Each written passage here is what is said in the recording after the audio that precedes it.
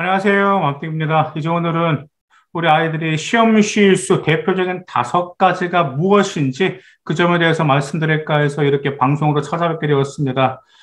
정말 실수만 안 해도 등급이 바뀐다는 거 아시죠? 특히 우리 고등학교 학생들 뭐 1점, 2점 차이만 하라도 등급이 바뀌는데 과목마다 시험 과목마다 국어에서도 실수하고 수학에서 실수하고 영어에서 하나 실수하다 보면 정말 많은 게 있는데 그 실수 5가지가 무엇인지 그리고 예방하는 방법이 무엇인지 그 점에 대해서 말씀드리겠습니다. 첫 번째로 이런 실수 많이 합니다. 분명 교과서에서 배웠는데 시험 공부할 때 시험 때 헤매는 아이들이 있어요. 그래서 이거 내가 아는 건데 근데 이거 뭐지? 그래서 왔다 갔다 이렇게 헤매는 아이들이 있는데 이런 아이들 같은 경우는 어떻게 공부하셔야 되냐면 첫 번째로 수업에 집중을 잘 안 하는 학생들입니다. 이 학생들. 왜냐 배운 건데 헤맨다라는 거는 수업에 집중 안 하고 혼자서 혹은 이제 학원에서는 좀 열심히 하는 학생들 공통점들 종종 이런 점들이 있어요. 그리고 또 두 번째 어떤 공통점이 있냐면 시간에 쫓기면서 이 아이들은 공부합니다. 평소 그 시험 공부할 때 그래서 시간에 쫓기면서 공부하다 보니까 중요한 것을 놓치는 경우가 있어요.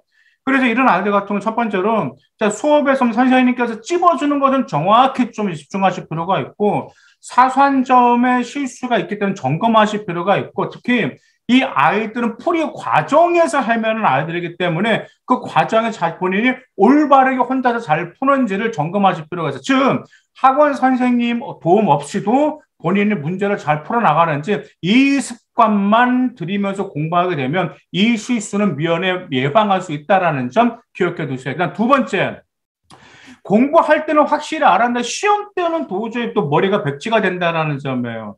자, 이것은 이제 이겁니다. 금방 첫 번째하고 비슷한 것 같아요. 첫 번째는 알 듯 모를 듯 시험 공부를 알 듯 모를 듯 해요. 근데 두 번째는 아예 백지가 돼. 공부할 때는 알았는데 머릿속에 백지가 된다는 점이죠. 자, 이게 진짜 종종 그래요.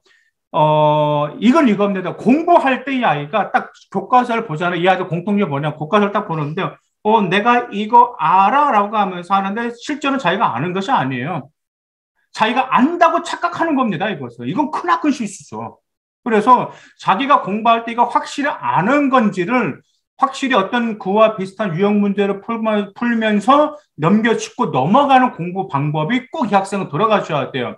왜냐하면 머릿속은 알고 있다고 생각하지만 주어진 문제를 자신의 것으로 만들지 못한 아이들이에요. 근데 자신의 것으로 만들지 못하라는 익힐 습이 필요한 아이들이기 때문에 이 방법이 필요합니다. 그리고 변형된 문제 유형 혹은 심화된 문제로 점검해 주실 필요가 있어요. 근데 만약 틀렸다? 그럼 어떻게 해야 되죠? 과정을 검토하실 필요가 있습니다.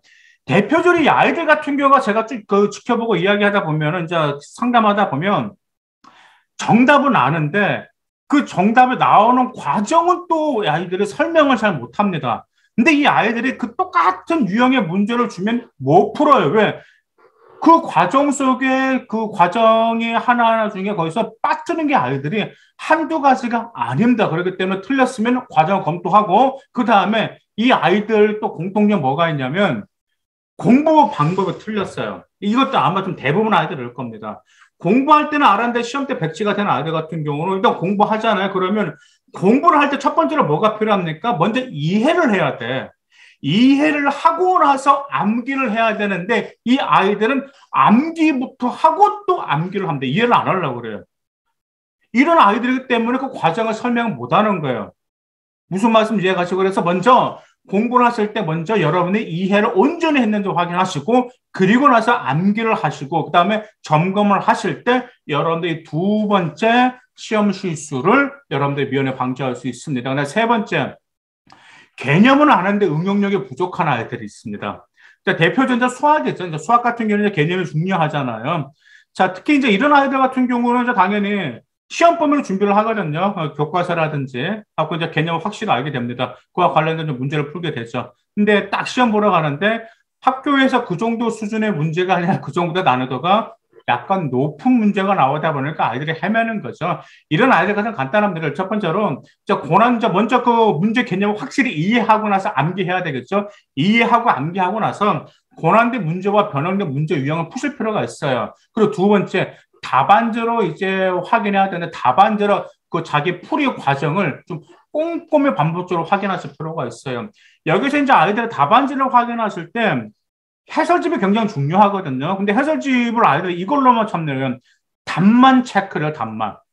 답으로만 자신의 맞았는지 안 맞은 체크나 생각해 보시면 답안지가 아니고 뭐라 그러나 해설집이다 말 해설집. 해설집이기 때문에 그 해설이 중요한 거 과정이 중요한 거단 말이에요. 그래서 응용력이 부족한 아이들은 그 해설집에서 자기가 푼 과정과 해설집의 과정 이것을 복습을 제대로 못한 아이들이 많기 때문에 이 점은 꼼꼼히 하시고요. 그 과정 속에서 그다 막혔다 그러면은 그 막힌 부분을 해결하시면 이 점을 해결할 수 있습니다. 네 번째 단순 실수. 이건 정말 화가 나죠, 제가.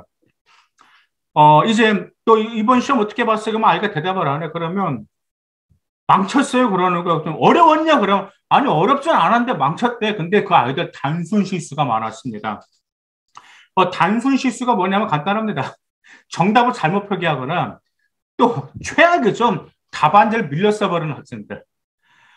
이런 학생들은 진짜 뭐 알려줘도 이게 또 실수를 하는 거니까 저도 답답하죠. 근데 이런 아이들은 평소 문제를 좀 실전처럼 푸실 필요가 있어요. 그 문제를 실전처럼 푸실 필요가 있는데 이 아이들은 머리가 좋은 아이들이 보면 또 문제 풀어라 그걸 금방만 풀어버려 다른 아이들에 비해서. 근데 이 아이들은 근데 이것이 중요하다라고 심각하다라는 걸 좀 받아들이지 않는 아이들 종종 있어요. 그래서 저런 아이들은 마음가짐 솔직히 잘못됐습니다. 이런 아이들 이런 마음가짐 공부하셔야 돼요. 항상 긴장하실 필요가 있어요. 그래서 시험의 마음가짐 무엇인지 아세요? 쉬운 시험은 긴장해서 풀고 어려운 시험은 차분하게 풀어야 돼요. 이런 마음가짐이 있어야 되는데 이 아이들의 마음가짐은 쉬운 시험은 가볍게 풀고 어려운 시험도 가볍게 풀다 보니까 이런 실수가 나오기 때문에 이 아이들은 답안지를 적을 때까지 방심하시면 안 돼요. 답안지 적고 나서도 확인하는 습관을 가질 필요가 있습니다. 근데 다섯 번째 이 실수가 많죠. 시험 때 시간이 부족합니다. 시간이. 일단 자기가 문제를 쭉 다 풀 수 있는 건데 시간이 다 된 거야. 답안지는 제출해야 돼. 근데 자기가 보니까 내가 충분히 풀 수 있는 문제야. 이런 아이들은 시간 안배를 검토하시고요. 전략을 다시 짜실 필요가 있어요. 특히 이런 아이들 같은 경우가 이제 종종 그래요. 모르는 문제 같은 패스를 하셔야 되거든요.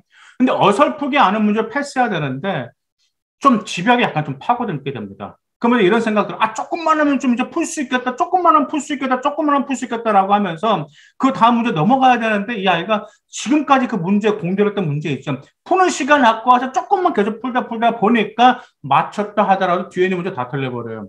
확실히 아는 문제부터 빨리 풀고 다시 접근하는 게 올바른 방법이거든요. 어려운 문제 매달려서 설령 맞았다 하더라도 뒤에서 시간이 없어가지고 충분히 풀 수 있는 시험을 다 틀려버리고 무슨 소용입니까? 오히려 손해잖아요. 그래서 어려운 문제를 일단 패스하고 보고 생각에 날 듯 말 듯한 그런 문제들도 패스하고 다시 보면 그 문제들 의외로 쉽게 풀리는 경우가 많습니다. 그리고 또한 시험 시간이 부족한 아이들 같은 경우는 객관식에서도 객관식에서 쉬운 문제를 빨리 풀고 나서 서술형 문제부터 푸는 것도 하나의 비법이 또 될 수도 있기 때문에 이 다섯 번째 시험 시간 부족은 이런 점을 해결할 수 있습니다. 실수는 습관입니다, 여러분들. 정말 자기가 모르면 배우면 해결이 돼. 근데 실수는 배워도 해결이 안 되는 것이 있어요. 이것은 여러분들 자신 공부 스타일과 여러분들 마음가짐의 문제이기 때문에 오늘 다섯 가지 중에 여러분들 실수가 있다 그러면 빨리 공부 스타일을 바꾸고 마음가짐도 바꾸면서 점검하시길 바라겠습니다. 감사합니다.